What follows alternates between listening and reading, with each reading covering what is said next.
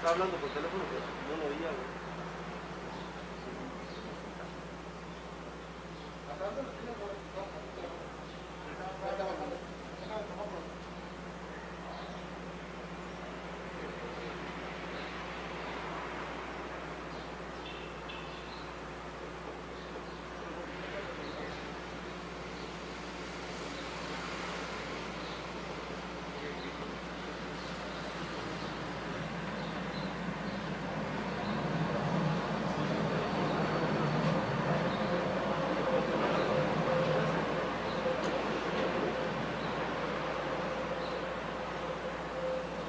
¿No se empezó a transmitir?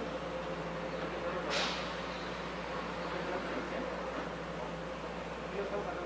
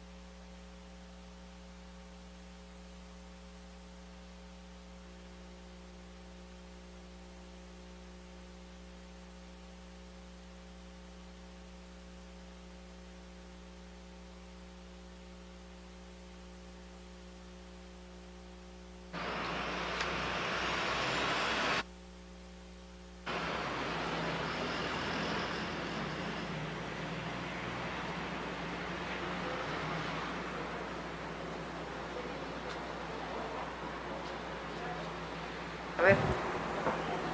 Buenos días, tardes ya, perdón. Estamos en el tren ligero, en la estación Francisco Goitia. Como saben, desde el 2020 iniciamos el cambio de vías. Primero, en 2019, iniciamos de Tasqueña hasta el Estadio Azteca, hasta Huipulco. Y recientemente cambiamos todo 2020 de el Estadio Azteca hasta Xochimilco. Es una obra muy importante, no se había hecho pues ninguna intervención en la vía y el tren ligero cumple una función muy importante de movilidad hacia la zona sur de la ciudad. Las vías de este sistema en algunos casos venían desde hace 100 años o más, porque era el antiguo tranvía que llevaba al Zócalo de la Ciudad de México, al centro de la ciudad. Y la sustitución de las vías pues le da una larga vida al tren ligero de la Ciudad de México. Ya está operando y ahora para el próximo año estaremos modificando, rehabilitando, modernizando algunos de los trenes del tren ligero para darle todavía mayor viabilidad. Pero esto permite una reducción de tiempos y sobre todo mucho mayor seguridad para los habitantes que utilizan este modo de transporte tan importante. Estamos fortaleciendo el sistema de transportes eléctricos. Va a funcionar obviamente los 500 trolebuses en su momento, incluido el trolebús elevado. Van obviamente los nuevos trolebuses. Ayer inauguramos una de las vías más importantes que había estado abandonada, en el corredor cero emisiones de Villa de Cortés, y también sistema de transporte eléctrico. Va a operar el nuevo sistema de transporte que es el cablebús de la Ciudad de México. Así que es el compromiso de la ciudad con la movilidad eléctrica y el fortalecimiento de las propias empresas de movilidad, de la movilidad integrada de la ciudad. Entonces le voy a dar la palabra al alcalde de Xochimilco, de lo que significa este tren ligero, a nuestro secretario de movilidad y finalmente a Guillermo Calderón, que es el director del sistema de transporte eléctrico, de la importancia de esta obra fundamental para la zona sur de la Ciudad de México. Gracias, doctora. Muy buenos días, sean bienvenidos, licenciado Guillermo Calderón, director general de Sistema de Transportes Eléctricos, Tren Ligero, al maestro Andrés Layuz, secretario de Transporte de la Ciudad de México, y desde luego, doctora Claudia Sheinbaum, siempre todo un placer recibirla en Xochimilco, y siempre que tenemos esta grata visita en Xochimilco, debemos de reconocer el esfuerzo, la inversión, que no ha sido solamente hacia los recursos naturales, en el parque ecológico, en la presa, en los ríos, en los programas con la Corena, el desarrollo económico, sino también seguramente en la parte más importante, como ha sido el sistema de aguas y la movilidad. Efectivamente, el tren ligero, desde su antecedente inmediato, que fue el trenecito que salía a un costado de Catedral y llegaba a un costado del mercado en el centro histórico de Xochimilco, con este antecedente del tren ligero, no había recibido desde su creación ninguna inversión mayor como la que hoy se tiene. Gracias, doctora Claudia, porque este es el medio más importante de poder llegar a la Ciudad de México. Por razones históricas, Xochimilco desde la época prehispánica, a través de la hoy calzada de Tlalpan, estuvo conectado vía terrestre, fue el único pueblo vía terrestre conectado desde hace más de 500 años con el centro de la Gran Tenochtitlán, y hoy con esta inversión, con este trabajo, con esta ingeniería, con esta modernización, no solamente se reduce el tiempo, sino también la capacidad de el traslado de carga en número de pasajeros. Sin duda, cuando empiece a funcionar normalmente, que esperemos pronto pasemos esta etapa tan grave que hemos vivido en todo el mundo de COVID, el tren ligero volverá a ser lo que desde su inicio fue: un transporte limpio, alternativo, seguro y hoy por hoy moderno, que a Xochimilco le ayuda mucho. Gracias a todos los que han colaborado con este esfuerzo, con este trabajo tan importante, que la gente de Xochimilco lo agradece, doctora. Ha sido de las acciones que en redes sociales más felicitación ha recibido la alcaldía, y yo quiero transmitirlo a usted, porque sin esa iniciativa no se hubiera logrado. Próximamente sabemos de la supervisión que lleva usted en torno al Metrobús, y que sin duda será una parte que viene a resolver la movilidad en gran escala para transportes limpios, seguros a esta parte de la ciudad. Bienvenida, doctora. Muchas gracias.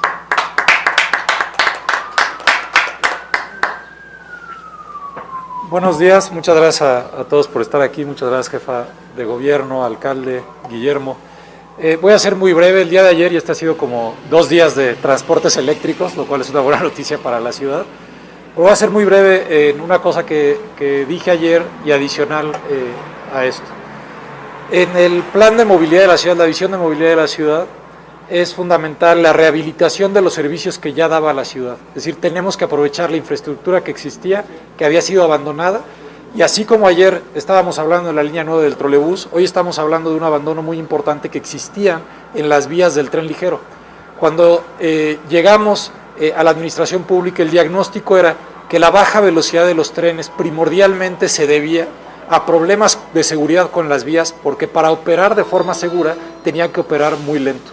Por eso es fundamental el cambio y rehabilitación de vías ya en todo el trayecto. Lo segundo tiene que ver con la movilidad eléctrica no contaminante. Qué mejor ejemplo que el tren ligero, que siempre ha sido eléctrico. Y lo tercero es la interconexión de toda la red de transporte. Hay que recordar, así como el trayecto que mencionaba el alcalde, que se hacía desde el centro de Xochimilco hasta el Zócalo, en el antiguo tranvía, hoy ese trayecto se puede hacer de forma mucho más rápida en tren ligero hasta Tasqueña, y en Tasqueña se pueden agarrar los trolebuses que van hasta el centro histórico de la Ciudad de México. Entonces uno puede estar dentro del servicio de transportes eléctricos desde Xochimilco hasta la Alameda Central de la Ciudad de México, o incluso hasta la terminal de autobuses del norte. Entonces, y lo último que me gustaría decir es que la rehabilitación específica del tren ligero, de las vías del tren ligero, y ahorita mencioné al alcalde que más adelante también el proyecto de Metrobús Línea 5 llega hasta Prepa 1 en Xochimilco, es la atención a lo que llamamos la periferia de la ciudad. Las grandes inversiones de transporte en esta administración tienen que ver con que las personas que siempre han vivido en los lugares que han recibido menos inversión en transporte y por tanto han tenido los tiempos de traslado más largos, puedan reducir esos tiempos de traslado gracias a estas obras de infraestructura y ordenamiento del transporte. Muchas gracias.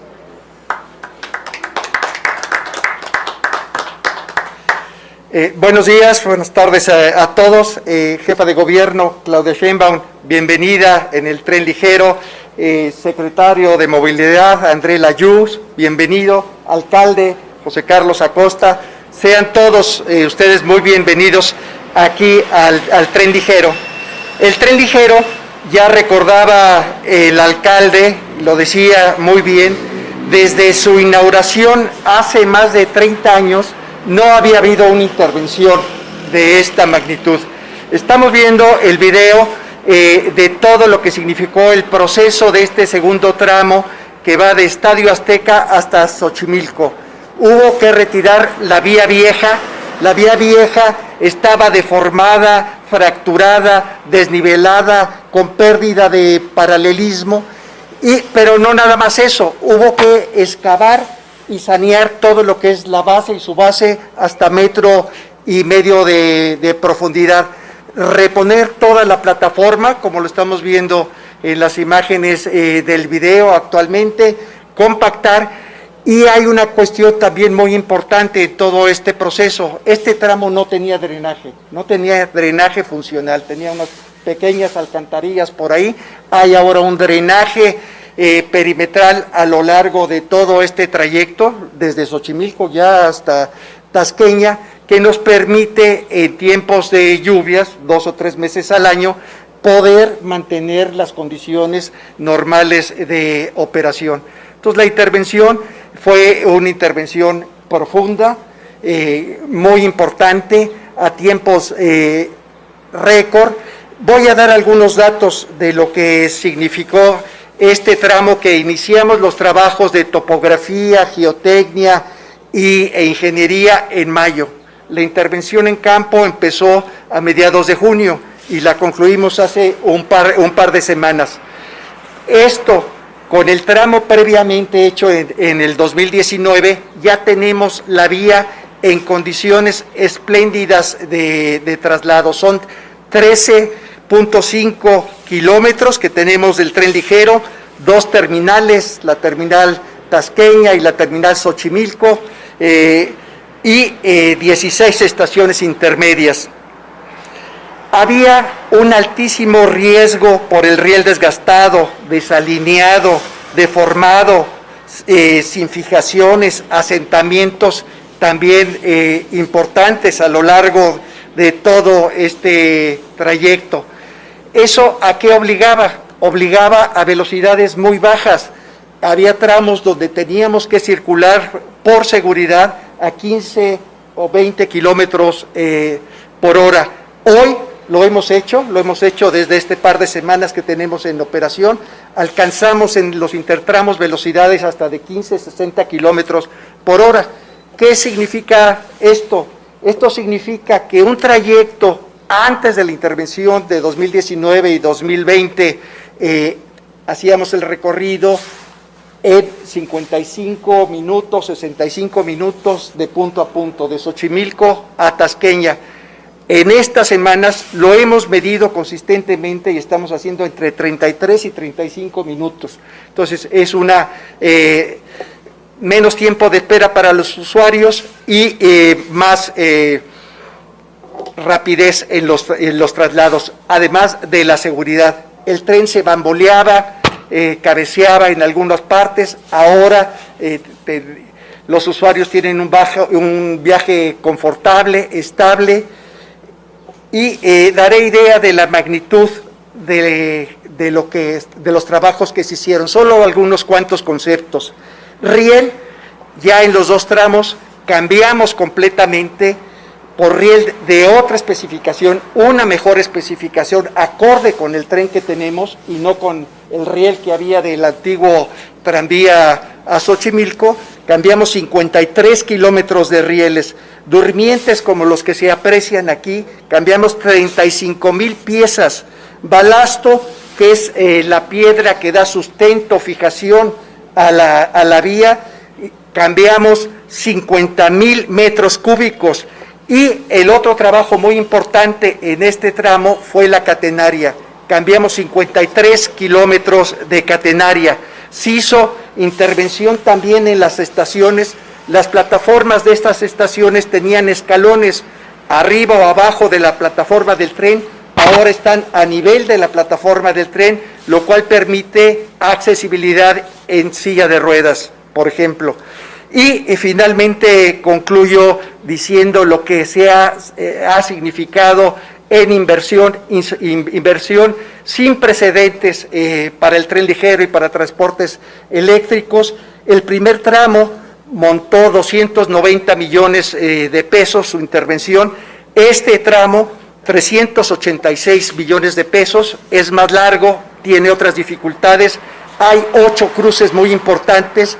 Agradezco la colaboración de la alcaldía en el cierre que tuvimos de estos cruces tan importantes. Cambiamos la catenaria, eso montó 68 millones de pesos y en total esta inversión fue de 744 millones de pesos. Igualmente, para concluir, agradezco a nuestros compañeros de la RATP que estos años 2019 y 2020 nos apoyaron para hacer los traslados en los tramos cerrados con una flota importante que impidió que se cortara la movilidad tan importante de salida y entrada a la alcaldía. Muchas gracias.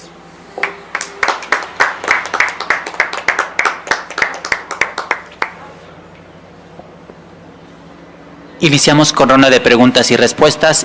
Joana Flores de Asir. ¿Qué tal? Buenas tardes a todos.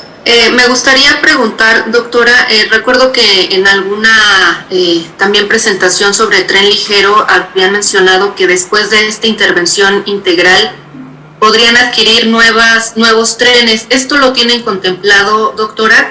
Y si sí, ¿cuántos podrían adquirir y a partir de cuándo, por favor? Sí, durante el año anterior y hicimos el cambio de vía. Y este año estamos valorando para que en 2022 podamos hacer, si no la adquisición de nuevos trenes, sí la modernización de los trenes existentes, de tal manera que ahora pues tengan mucho más vida los trenes que están en este momento. Entonces estamos en ese análisis durante este año. Este 2021 privilegiamos el metro en el programa, en el proyecto de Buen Tono, que como ustedes saben pues va a tener ahora mucho más alcance debido al incidente que tuvimos en el metro. Y una vez terminadas las vías, el próximo año estaríamos ya si no es la adquisición, la modernización, depende obviamente del recurso que tengamos disponible. Y nuestro compromiso de los 500 trolebuses que estarán operando a final de nuestra administración. Doctora, nada más para saber, ¿cuántos trenes tiene el tren ligero actualmente? Tenemos en operación 12 trenes cotidianamente operando. El parque nominal es de 24.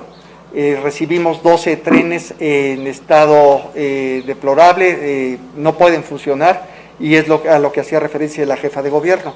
Tenemos el proyecto para los próximos años de la rehabilitación, hasta donde sea posible, del material rodante que está ahorita sin operación. ¿Se tiene un cálculo también, doctora, de cuánto podría costar esa modernización de trenes o adquisición en caso de que adquieran nuevos? Sí, cada intervención por las condiciones que guardan los trenes es del orden de 50 millones de pesos.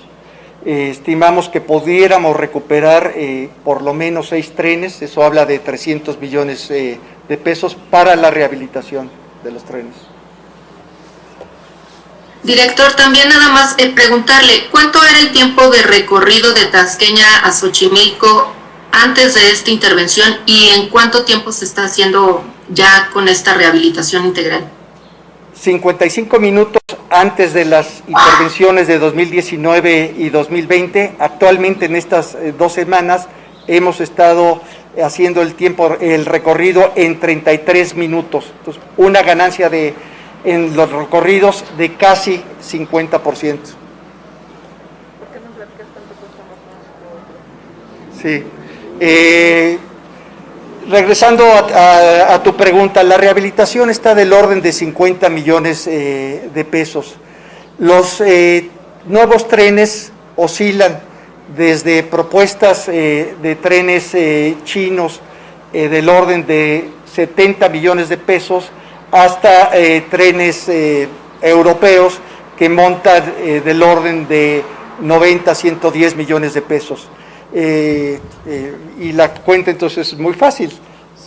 6 trenes nuevos modernos son 6 por 7, 420 millones de pesos que habría que disponer para hacer esta modernización de lo que es el traslado en tren ligero. Gracias, director.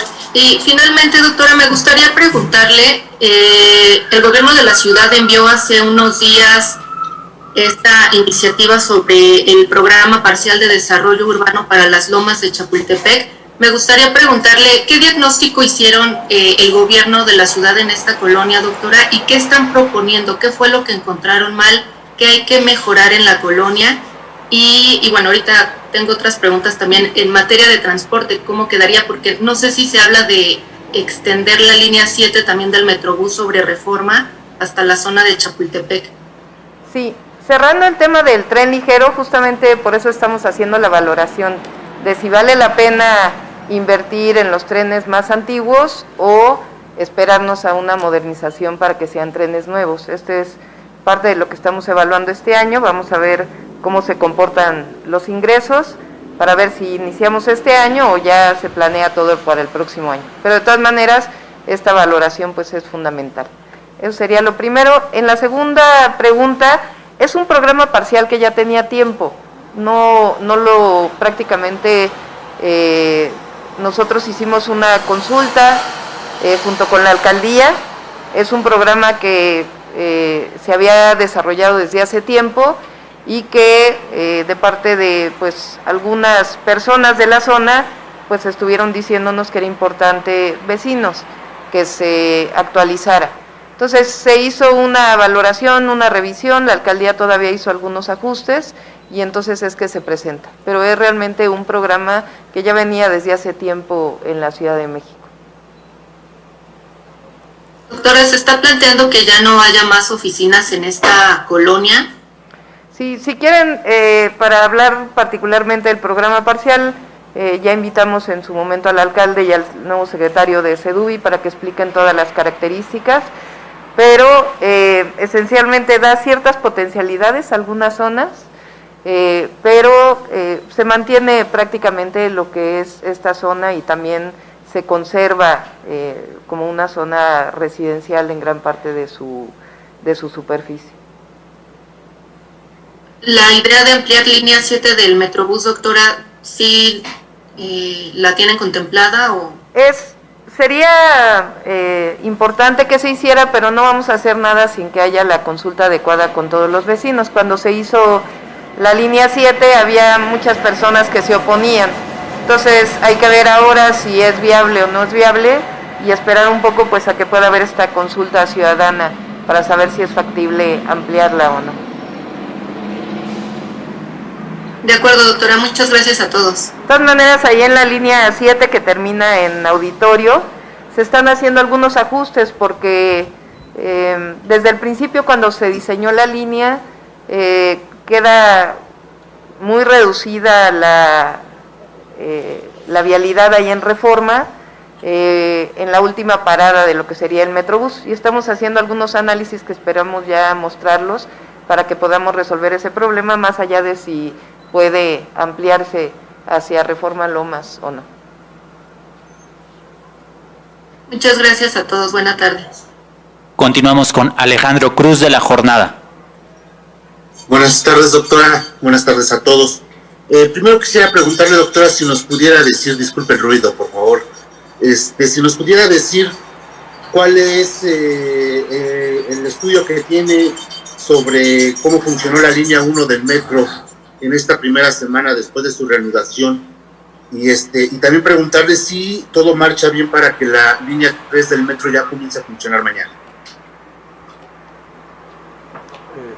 Hola, sí, como hemos estado informando junto con la directora general del metro, la línea 1, digamos, operó como estaba programado, en el sentido de que tuvo la capacidad de absorber la demanda que ha habido de viajes.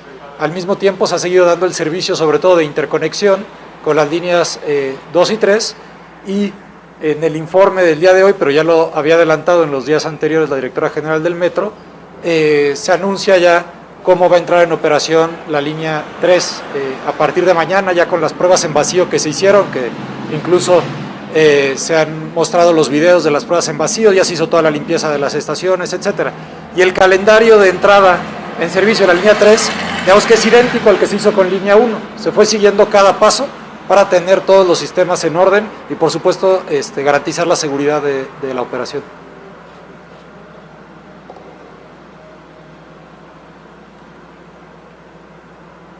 Alejandro. Está apagado el micro, perdón, Alejandro. Es cierto, discúlpeme, perdóneme.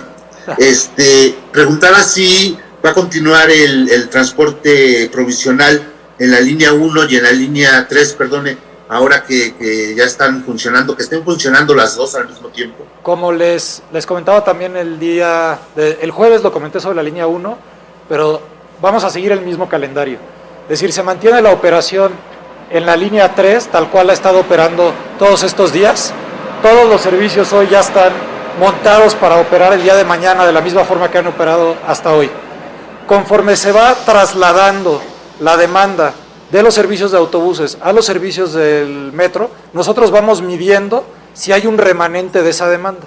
En caso de que haya un remanente, seguiremos habilitando autobuses para operar en esos trayectos.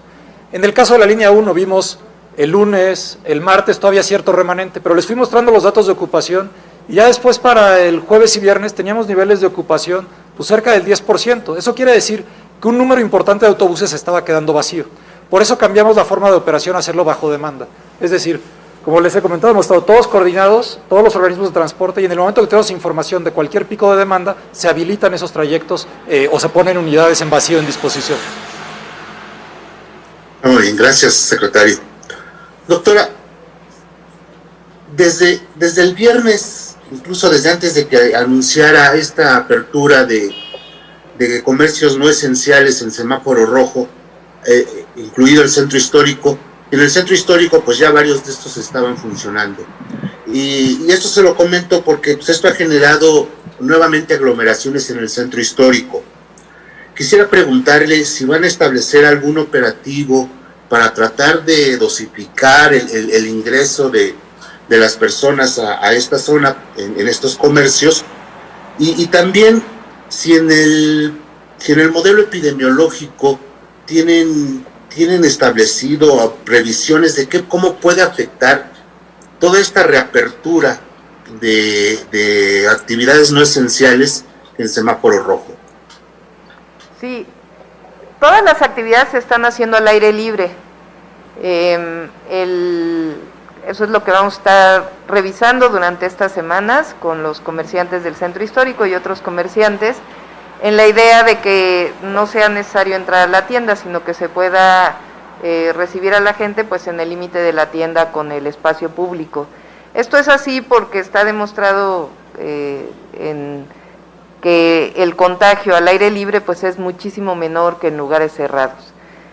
Sí va a haber filtros sanitarios, vamos a ver cómo se comporta durante esta semana, y pues tenemos ahí la colaboración de los comerciantes para pues todas las medidas sanitarias que se requieran. Y la recomendación siempre a todo el que sale de su casa pues es del uso de cubrebocas, que es muy importante. Entonces vamos a ver cómo se comporta, y la idea es la reapertura sin arriesgar, pues es el aire libre. Es decir, la idea es que no entre nadie a los establecimientos. Así es, será en el límite de la tienda.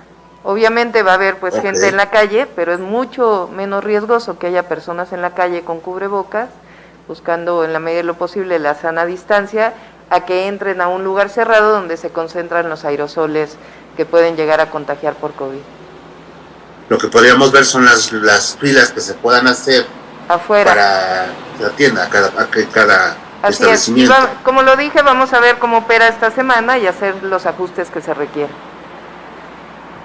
Muy bien. Doctora, por último, yo quisiera preguntarle, ¿qué previsión tienen, regresando al modelo epidemiológico, qué previsión tienen en el modelo para, en cuanto a la evolución de la pandemia? Vemos que va bajando ya el número de hospitalizados en la Ciudad de México, poco a poco.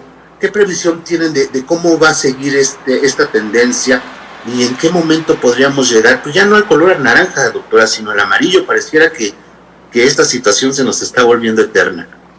Sí, como lo he dicho, afortunadamente pues la vacuna ya existe, es cuestión nada más de su producción más masiva para que llegue a nuestro país y obviamente a la Ciudad de México. Estamos preparándonos para el programa de vacunación junto con el Gobierno de México, y por eso decimos falta poco, en la idea de que pues esperemos. Si ustedes vieron el video, que desde aquí le mandamos un saludo al presidente de la República, el video que subió hace un día, en donde él dice que se está buscando hacer todo para que en marzo estén vacunados todos los adultos mayores de 60. Entonces, pues estamos en esa idea, ojalá pueda ser así, depende evidentemente de que las vacunas lleguen, pero estamos organizándonos para que así sea en la Ciudad de México y en todo el país, obviamente, cada una pues de las entidades federativas junto con el Gobierno de México. Y evidentemente pues en este periodo lo que estamos pidiendo a la gente pues es que se siga cuidando, uso de cubrebocas, sana distancia, que en la medida de lo posible, si no es necesario, pues no salga de su casa o solamente salga con las medidas preventivas que son fundamentales, y también pues la realización de pruebas, que ha sido muy importante en la ciudad, y todo este mecanismo de atención primaria que se ha estado haciendo, que estamos valorando si podemos ampliarlo o no podemos ampliarlo. Entonces estamos en este trabajo, es febrero, marzo, que son 2 meses, si lo vemos desde que inició la pandemia, pues ya falta menos. Entonces pedirle a la ciudadanía que nos siga apoyando, y en esta medida, pues si todo se cumple, el modelo epidemiológico mostrará pues que sigue con reducciones y en todo caso pues cierta estabilidad que se mostraría en las siguientes semanas.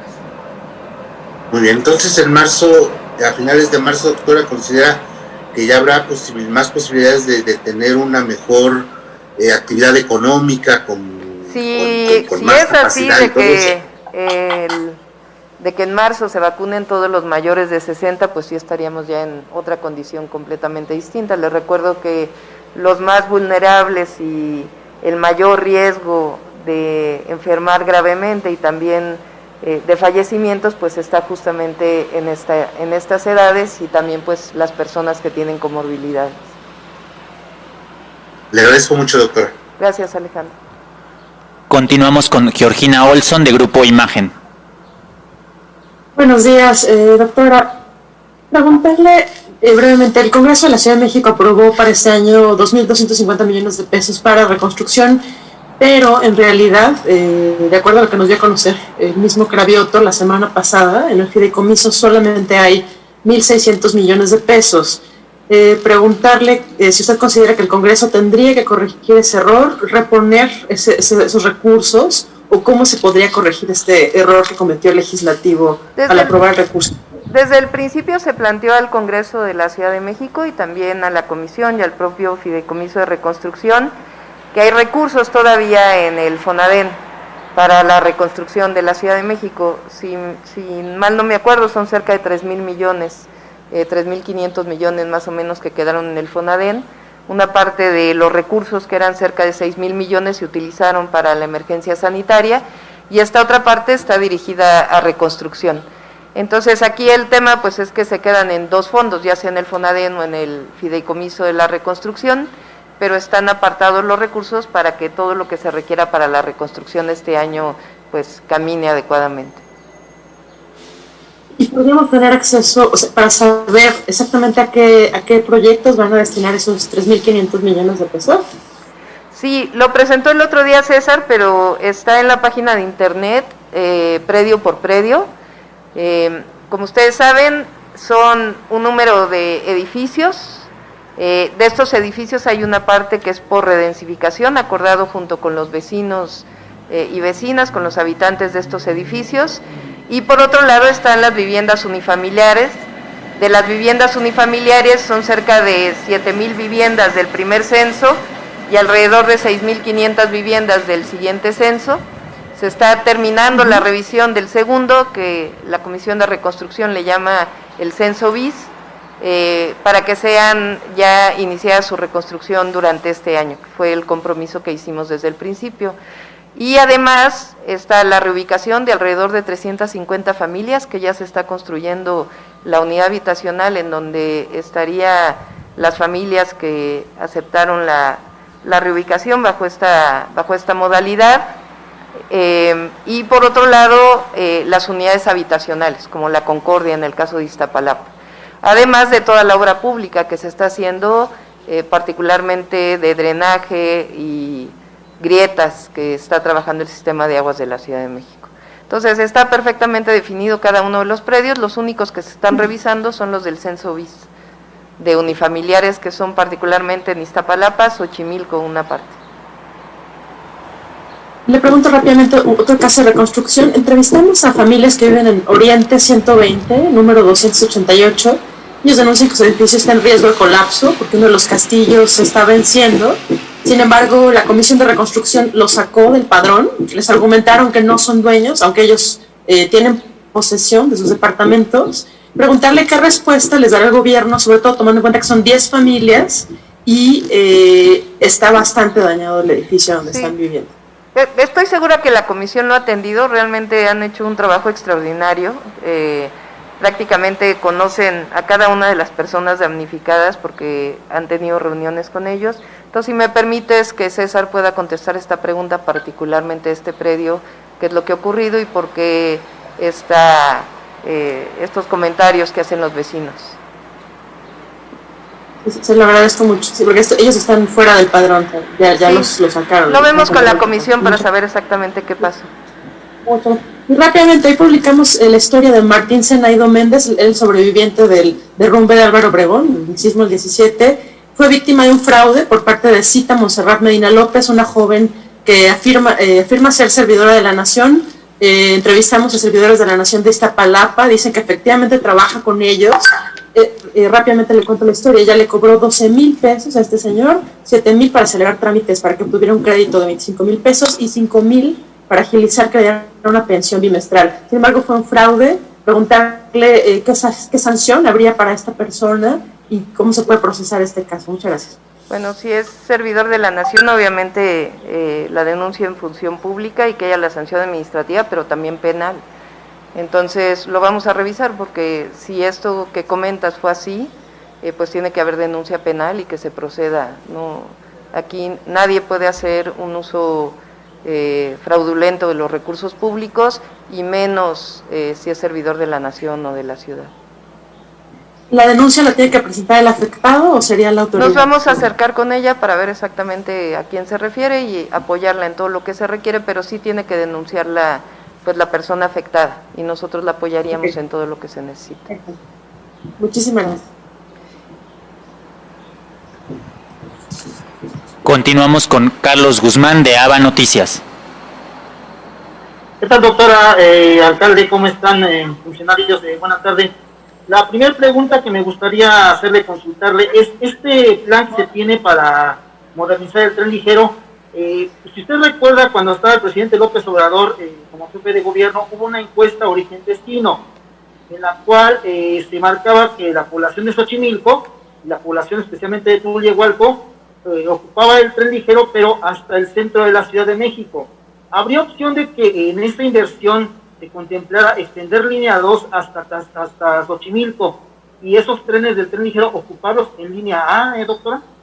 No está planteado ese proyecto. Lo que sí es que está en programa la mejora del CETRAM de Tasqueña, de tal manera que la movilidad del tren ligero al metro pues sea mucho, sea mejor pues que lo que está en este momento. Entonces en eso se está trabajando. En su momento, si recuerdan, todos los CETRAMs se habían concesionado a tiendas comerciales, eso ya cambia completamente a esquemas distintos, donde la movilidad es la esencia del proyecto de los CETRAMs, y particularmente en Tasqueña, pues se van a hacer todo lo que se requiere para mejorar, pero realmente es adecuado por la demanda y todo, como está actualmente el tren ligero, solamente hay que modernizar ahora los trenes, y que la línea 2 pues sea de Tasqueña hasta Cuatro Caminos. En el segundo tema, por ahí, aprovechando que está el alcalde y tienen el CETRAM de Goitia al lado, ese CETRAM quiso ser nuevamente modernizado, sin embargo los microbuseros pues no lo ocupan. ¿Qué se hará para que finalmente se pueda ocupar ese CETRAM, alcalde o doctora? Efectivamente, la parte del CETRAM que había sido ilegalmente concesionado en la administración de Miguel Ángel Mancera, se ha iniciado ya la recuperación. Está ya caminando esta recuperación y esta misma semana queda totalmente concluida en coordinación con la Secretaría de Movilidad de la ciudad, y para una lanzadera grande y que además puedan correr hacia la zona oriente y de la montaña las diferentes rutas de transporte en este enlace con el tren ligero. Gracias. Y doctora, la última pregunta relacionada con el tema de salud. Desde hace algunas semanas hemos visto en Tepito y ahorita ya en calles como República de Colombia, están comenzándose a vender pruebas de COVID. Incluso una televisora alemana, Deutsche Welle, hizo un reportaje esta semana que está por concluir del tema. Saber, consultarle, ¿se tiene contemplado algún operativo o qué se puede hacer para evitar este tipo de venta ilegal de este tipo de...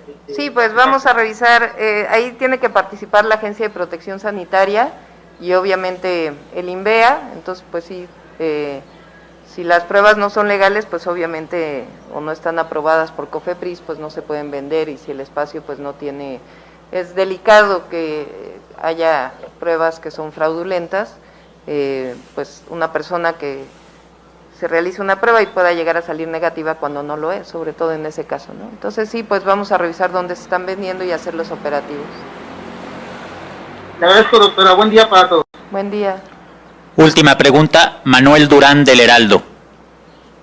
Doctora, buenas tardes ya. Nada más conocer si el plan para la reapertura de centros comerciales sigue firme para el día 8 de febrero, aparte de los que ahorita están ya anunciados para mañana, para el martes. Sí, así lo anunciamos y de todas maneras toda esta semana se va a ver cuáles son los requisitos para poderlo abrir, obviamente sanitarios, para que no volvamos a tener un crecimiento en el número de contagios. En la apertura sí se contempla que la gente puede ingresar, ¿verdad? No como ahora con esta nueva apertura. Sí, nosotros estamos planteando las dos cosas, vamos a ver si es factible o no, pero obviamente pues nuestro objetivo es que se pueda abrir sin disminuyendo los riesgos de contagio. Y esta semana lo vamos a ver con las distintas plazas comerciales, las tiendas departamentales, cuáles son las modalidades para evitar que sube el número de contagios. Y nada más saber si ahora con esta situación con transportes eléctricos que se está transformando, o más bien que está en franca expansión, ¿será necesaria una ampliación o una transformación de la dependencia con esta responsabilidad que tendrá el cablebús o nuevos trenes o esta renovación? Si es necesario inyectar más presupuesto a la dependencia y transformarla a nivel administrativo. Sí tiene que haber una parte de transportes eléctricos que se dedique exclusivamente al cablebús. ¿Por qué tomamos esta decisión de no crear una nueva entidad?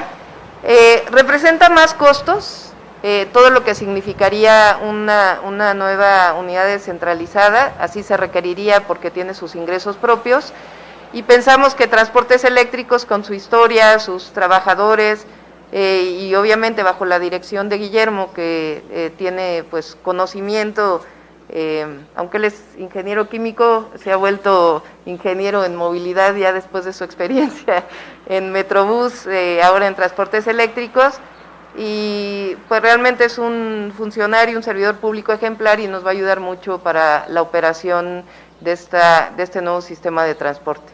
Entonces creemos que es la manera más adecuada, permite pues no crear mucho más burocracia y al mismo tiempo pues transportes eléctricos tendría un área completa que estaría dedicada al cablebús y también pues sus propios ingresos que estuvieran diferenciados de los ingresos de trolebuses y de tren ligero. Sí, y también se lo pregunto porque bajo la idea o los proyectos que tienen, el avance sobre tecnologías eléctricas o no de combustión, transportes eléctricos se tendría que agrandar, ¿no? Sí, bueno, en realidad, a ver, en términos de movilidad eléctrica tenemos varios proyectos. Está la renovación del tren ligero, que ya terminó su primera etapa, que era el cambio de vías. Viene la segunda etapa, que es la modernización de los trenes, y que sería para el 2022, haciendo todos sus estudios en el 2021. Por otro lado, la adquisición de los trolebuses, que ya inició, tenemos 200 trolebuses que ya están funcionando, y la adquisición de nuevos trolebuses, que ya fue para lo que será el trolebús elevado de Ermita, que es una forma de transporte en donde también funcionará en una parte como funciona el Metrobús, en donde se incorporarán algunos de los transportistas que operan en la línea 8. Es un nuevo modelo.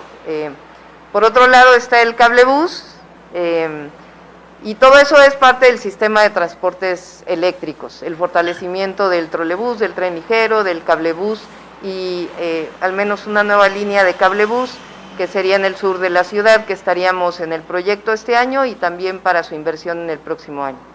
Por otro lado está el metro pues es eléctrico también, pero tiene pues sus propias particularidades y es toda la modernización que estamos planteando para el metro de la Ciudad de México.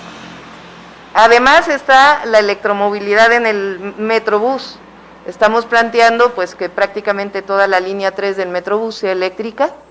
Ese es un proyecto que ya inició y que ya va avanzando de manera muy importante y que también se puedan involucrar otros metrobuses eléctricos en la línea 4, que hoy se está ampliando hasta Pantitlán. Entonces, ese es otro proyecto. Y después está el transporte privado eléctrico, en donde también se está ampliando este proyecto, particularmente para taxis, tanto en su modalidad híbrida como en el taxi eléctrico. Entonces, sí es un proyecto muy integral que va hacia la mejora del medio ambiente y hacia una forma de movilidad distinta, con todos los beneficios ambientales, también de sustentabilidad, de ruido y muchos otros impactos ambientales que se generan. Muy bien, muchísimas gracias. Concluimos con la conferencia. Muchas Quiero gracias. nada más antes de terminar dedicar esta inauguración a nuestro compañero Avelino Méndez, aquí que estamos en Xochimilco, que se nos fue hace una semana. Desde aquí le enviamos un cariñoso saludo a toda su familia y obviamente pues José Carlos, que siempre fue compañero de Avelino, y a todos los compañeros que pues vivieron muchos años de alegrías para Xochimilco y también de lucha. Así que le dedicamos esta inauguración a Avelino Méndez. Muchas gracias.